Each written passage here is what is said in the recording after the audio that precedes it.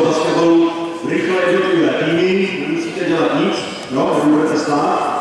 A potom bych poprosil náměstka, prvního náměstka, primátora statutárního města Pardubice, pana magistra Jakuba Rychteckého o pár slov a přivítání ve městě Pardubicích. Poslechneme si krásnou zpívanou hymnu.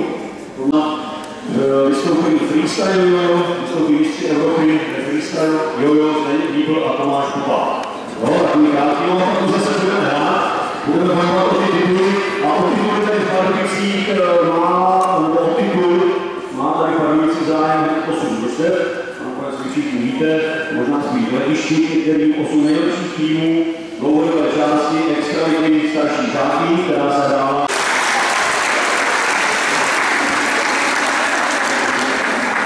Další řadým kandidátem na medaile je bezesporu další pražský tým Sparta Praha.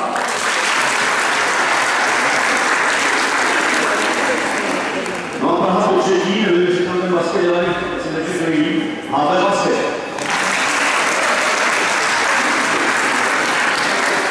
Ze západu Čech přivedli holky, tady budou hrát na prohlavečním klubu DBA. A, prosím. No a domácí, já si nedovolíme přisadit vítěz dlouhodobé části extraligy, tým BK Studánka Pardubice.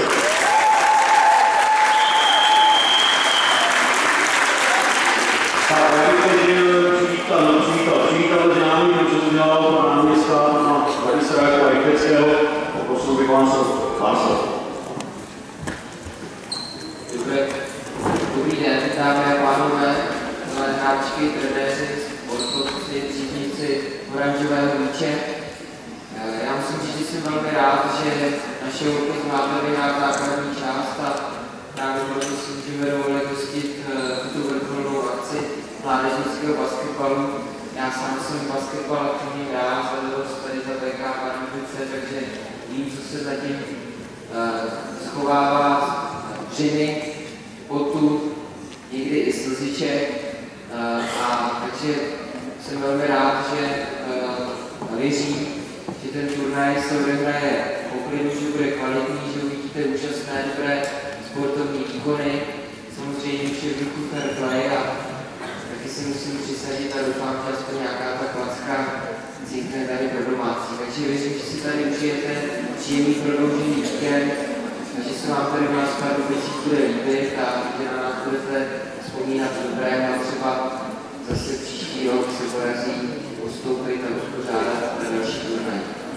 Přeji vám úspěšný turnaj a dovolil bych se ho tímto tedy nějak jako trošičku tady spolu s kolegou zahájit, tím, že už utkání proběhla, takže nebudu zdržovat, co máte asi rádi ty politické dlouhé oficiality, takže se odmlčím a určitě se uvidíme na některém zápasu, protože se nenechávám zejména ten nedělní.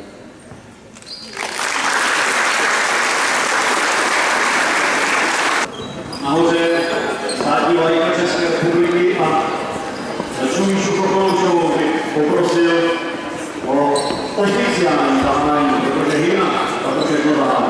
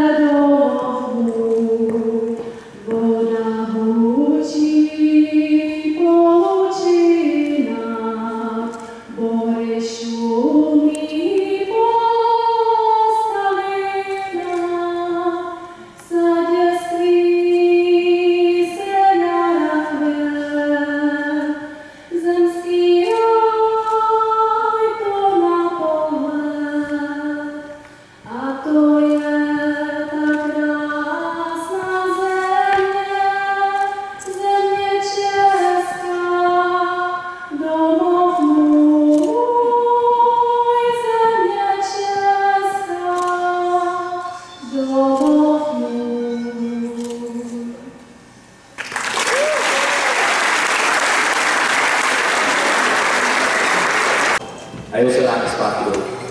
Jelikož s tímhle si vývojem jsme procestovali skrze celou Evropu a kus i jiného světa, tak jsme se rozhodli, že vám představíme cestu kolem světa Biovoda. Znáte nějaké město, který je blízko České ulice. A mají tam hrozně hezkou věž, takovou koulou. Je to Paříž. Takhle vypadá Eiffelovka v Podání. Blízko Paříži a vůbec Francii je Itálie. Jedno z nich hodně známých jídel je pizza. A hodně další známý jídlo v Itálii jsou spaghetti. Můžete klidně zatleskat Tomášovi?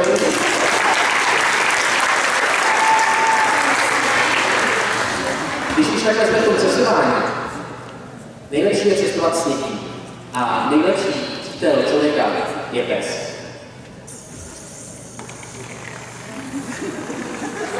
U tohle z toho je super to, u tohle z toho psa je fajn to, že vás nepotouče, skoro nikdy. A hlavně nemusíš nic moc jíst, takže je to celkem fajn body. Když jste takhle najedení a hezky jste se prošli se psem, tak je fajn se jít někam pohoupat třeba na pláž, do nějakých hezkých houpací sítě.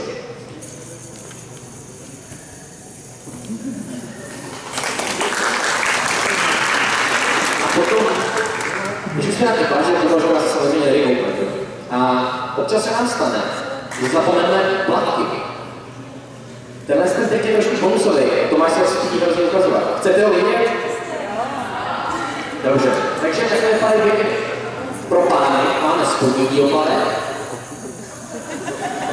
a pro dámy vrchní.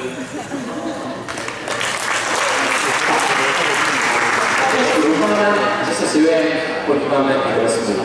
Tenhle trik se jmenuje Sky. Tomáš Hudák.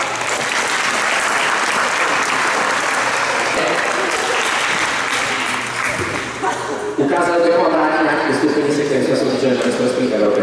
Takže já si vezmu akorát jojo, mávnu na hudbu